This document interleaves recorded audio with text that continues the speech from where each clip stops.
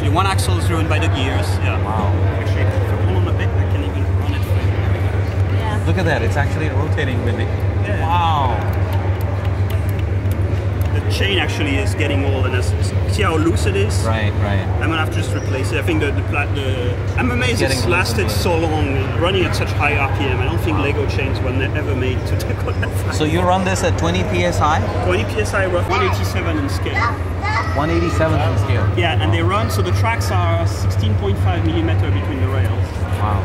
And so someone made, it's about this long, about this big, and the boiler is a glass. It's a glass boiler. Yeah, it's a glass like what you might call it, a glass that